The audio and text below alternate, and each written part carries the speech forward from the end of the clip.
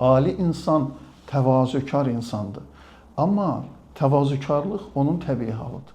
Fürqan surəsində Allah bu ayələrdə kamil insan haqqında danışır və ilk olaraq deyir ki, qəşəng bir ifadə işlədir. Deyir ki, onlar yer üzündə çox maraqlı da özü bununla başlayır. İlk əlamət olaraq deyir ki, onlar yer üzündə təvazökarcasına yeriyərlər. Məsələn, bu xam bir maldır da, bir kəlmədir. Bunun üzərində düşünmək, açmaq, dərindən düşünmək bundan bağlı ki, nə deməkdir? Çox vacib məsələdir.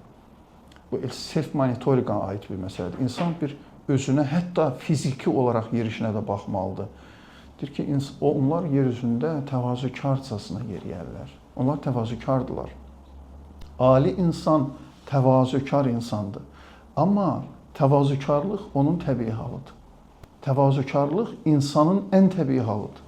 Dostlar, mənim dediyimin fərqi budur. Ola bilsin ki, hamı çağırır bizi təvazökar olmağa. Amma mən incə bir fərqlə çağırıram bizi təvazökar olmağa ki, bu mənada ki, təvazökarlıq insanın ən təbii halıdır. İnsan elə təvazökar olmalıdır da.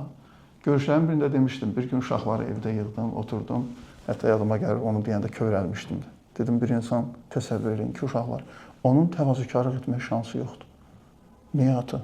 Çünki onun heç nə yoxdur. Təvazökarlıq biraz belə başa düşür də, insanın nəyisə var, amma təvazökarlıq edir. Amma mənə görə təvazökarlıq insanın ən təbii halıdır. Təkcə mənim yox, sizin də heç nəyiniz yoxdur.